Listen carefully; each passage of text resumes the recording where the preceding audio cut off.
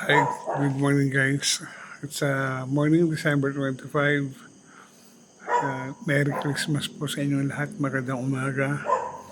And it was so happen that nandito ako sa Lancaster together with my partner and my wife na si Melissa Palomar at together ng aming tita, si Tita Josie, si Pau, si Dwayne, at syempre si Kipi. Kipi! Na, bakit ka? Greet ka sana, oh. So, yan. It's early in the morning. Nandito ako sa terrace. At nakikita nyo naman, ayan. Nagbubukan luway-luway na doon, no? See, the sun is coming out.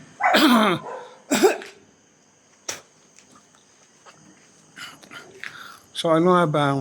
Ba't ba tayo Christmas? So, most of the families stay together in their homes, no? Kami, ba't ba tayo nagsasama-sama?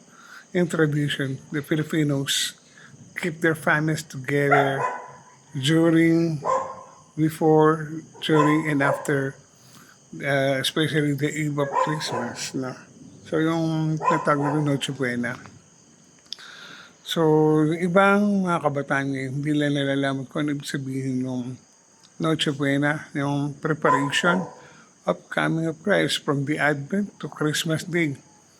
So, hindi lang nararamdaman nyo, may simbang gabi, may nubina tayo, 9 days of mourning and nubina mass before Christmas. So, that's all we call the preparation way before the year of the Lord, si Jesus Christ. So, mahabang preparation ang nangyari. Maraming nangyari, maraming tauhan sa Biblia ang tinapik ng Diyos upang ang pagdating ni Kristo na siya maghahari sa atin sa sangkatauhan ay very meaningful, very historic, very spiritually. So, ba't ko sinasabi to?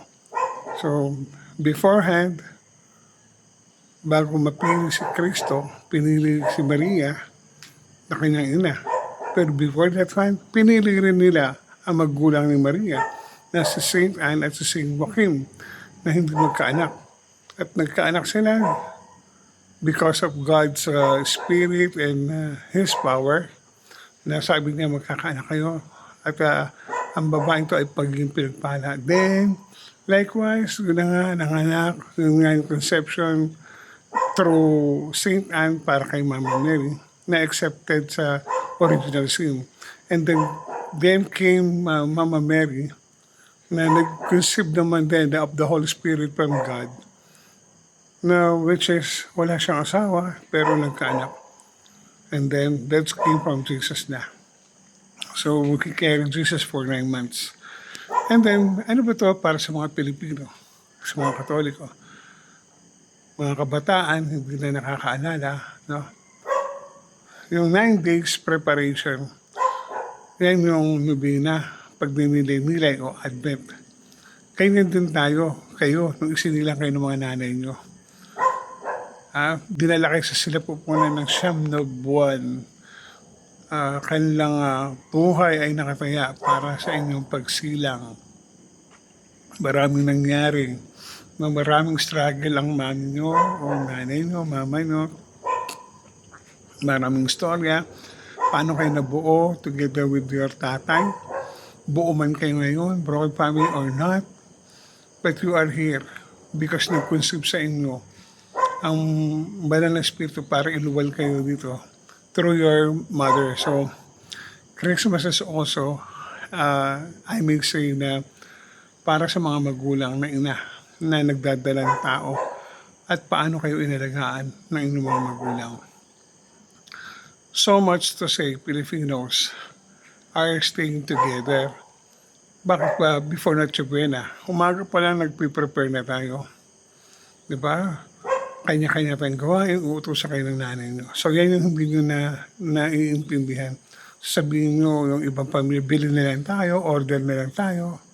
So much more. Okay, may pera, makaka-order kayo, makakain ka Noche Buena. But can you feel the true spirit of Christmas? So, last night, we did our part kami. At Tita Josie, si Nerissa, sila Dwayne, si Pau. We did our part. We did our sharing. So Christmas is sharing, Christmas is loving, Christmas is staying together. And that's the love of God.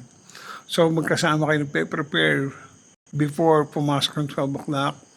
Nagpe-prepare kayo, nabili, kanya-kanyang trabaho, may magluluto na ito, may gagawa na ito, may magugas ka.